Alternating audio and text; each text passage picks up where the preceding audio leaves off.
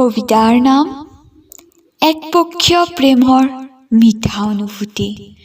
কথা মনীষা ভৰদ্বাজ, আবৃত্তি মনীষা ভৰদ্বাজ। একপক্ষীয় প্ৰেমৰ মিঠা অনুভূতি।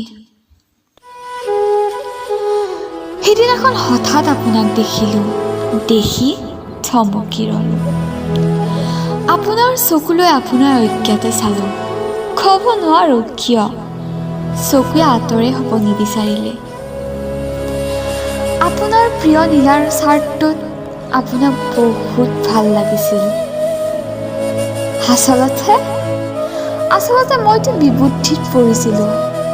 সেইখিনি সময়ত প্ৰিয় কোনটো হৈ পৰিছিল, আপুনি নে আকাশ? আপোনাৰ চাৰ্টৰ ৰং নে আকাশৰ নীলাখিনি? সেইদিনা আকৌ ব্ৰহ্মপুত্ৰৰ পাৰত সন্ধিয়া দেখিছিলোঁ আপোনাক।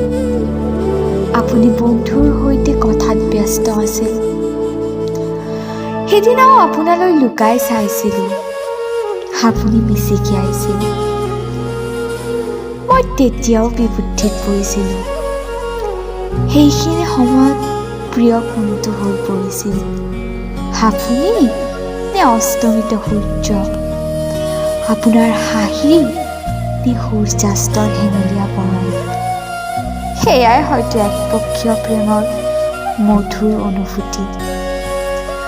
আপোনাৰ অজ্ঞাতে আপুনি মোৰ খুব প্ৰিয়।